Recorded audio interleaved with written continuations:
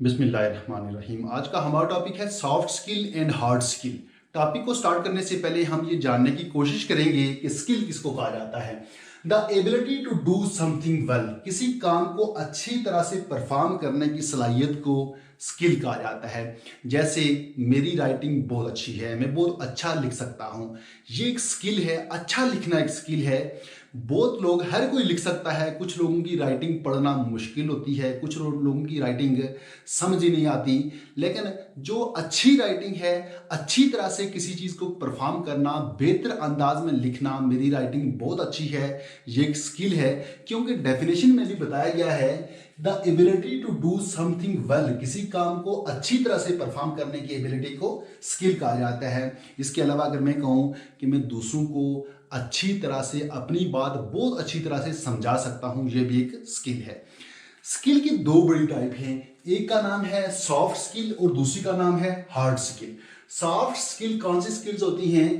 Personal qualities that enable you to communicate well with other people. आपके अंदर जो जो क्वालिटीज हैं जिनकी वजह से आप दूसरों के साथ कम्युनिकेट करने में वो एबिलिटीज, वो क्वालिटीज आपकी हेल्प करती हैं, सॉफ्ट स्किल्स कहलाती हैं। मसलन इमोशनल इंटेलिजेंस, आपकी बोलचाल, आपका टीम वर्क वगैरह, जिन जिन क्वालिटीज की वजह से आप दूसरों के साथ रिलेशनशिप बेहतर बनाते हैं, वो क्वालिटीज, वो एबिलिटीज सॉफ्ट स्किल्स कहलाती हैं। Soft skills focus on behaviour and personality. Soft skill असल में बिहेवियर और पर्सनालिटी पे सबसे ज़्यादा फोकस करती हैं, क्योंकि बिहेवियर की वजह से, आपकी पर्सनालिटी की वजह से आप दूसरों के साथ बेहतर रिलेशनशिप कायम करते हैं, दूसरों के साथ बेहतर कम्युनिकेशन करते हैं। इन चीज़ों की वजह से आपकी ये एबिलिटीज़, ये स्किल्स डेवलप होती हैं। और इस तरह की तमाम चीज़ें जो आपको दूसरों के साथ बेहतर कम्युनिकेशन, बेहतर रिलेशनशिप कायम करने के लिए यूज़ होती हैं, वो तमाम एबिलिटीज़ सॉफ्ट स्किल्स कहलाती हैं। इसके बाद दूसरी टाइप है hard skill. These skills are related to specific technical knowledge and training, skills, courses, qualification, degrees etcetera. Hard skill असल में वो स्किल्स होती हैं स्पेसिफिक टेक्निकल नॉलेज। हमारे पास कोई स्पेसिफिक टेक्निकल नॉलेज हो, या हमारे पास हमने कोई ट्रेनिंग की हो, मखसूस किस्म की टेक्निकल ट्रेनिंग की हो, हमारे पास टेक्निकल स्किल्स हो, कोर्सेज हमने कोई किए हों, या हमारे पास कोई टेक्निकल क्वालिफिकेशन हो, हमारे पास कोई डिग्री हो।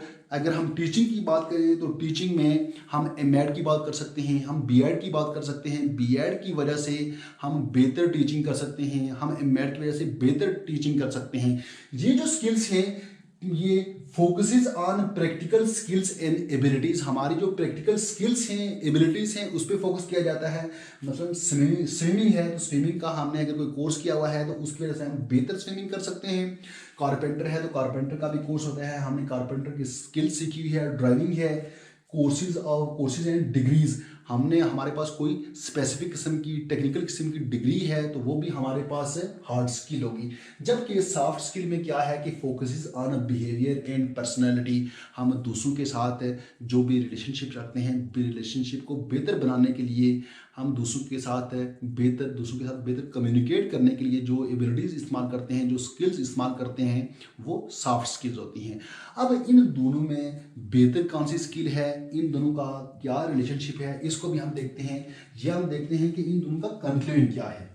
इनका अगर कंक्लूजन किया जाए तो सॉफ्ट स्किल ऐसी स्किल्स होती हैं, soft skills are not easy to measure, for example personality, behaviour, thinking etcetera. Soft skill को हम आसानी से मेजर नहीं कर सकते, हम किसी की थिंकिंग को मेजर नहीं कर सकते आसानी से, हम किसी की पर्सनैलिटी को, किसी के बिहेवियर को आसानी से मेजर नहीं कर सकते। क्यों कि इन चीज़ों को मेजर करने के लिए किसी प्रोफेशनल साइकोलॉजिस्ट की जरूरत पड़ सकती है, किसी प्रोफेशनल बंदे की जरूरत पड़ सकती है, तब जाके वो इन चीज़ों को मेजर करेगा। उसका रिजल्ट भी 100% एक्यूरेट नहीं हो सकता। जबकि hard skill are easy to measure, your degree, your courses, technical skills, ये तमाम तरह की जो स्किल्स हैं, आपकी डिग्री देख के आपको जज किया जा सकता है, आपकी कोर्सेज देख के आपको जज किया जा सकता है। आप अगर कोई टेक्निकल काम कर रहे हैं, आपका काम देख के दूसरा बंदा आपको आसानी से जज कर सकता है कि इसके पास ये स्किल मौजूद है। मगर इसमें एक और बात है कि किसी जगह मुलाजमत करने के लिए, किसी जगह एडजस्ट होने के लिए आपके पास सॉफ्ट स्किल भी होनी चाहिए और हार्ड स्किल्स भी होनी चाहिए। ये दोनों स्किल्स जब आपके पास होंगी तब जाके आप किसी जगह अच्छी तरह से एडजस्ट होंगे, अच्छा परफॉर्म करेंगे। मसलन आपके पास सॉफ्ट स्किल है, सॉफ्ट स्किल्स हैं और हार्ड स्किल्स नहीं है, आपका बिहेवियर बहुत अच्छा है, आपकी पर्सनैलिटी बहुत अच्छी है और इसके साथ आपके पास हार्ड स्किल नहीं है, आपके पास डिग्री नहीं है, आपके पास कोई स्पेशल कोई टेक्निकल कोर्स नहीं है, आपके पास बीएड की डिग्री नहीं है, आप टीचिंग नहीं कर सकते, मगर आपके पास पर्सनालिटी तो है, आपका बिहेवियर अच्छा है, आप एडजस्ट नहीं हो सकते।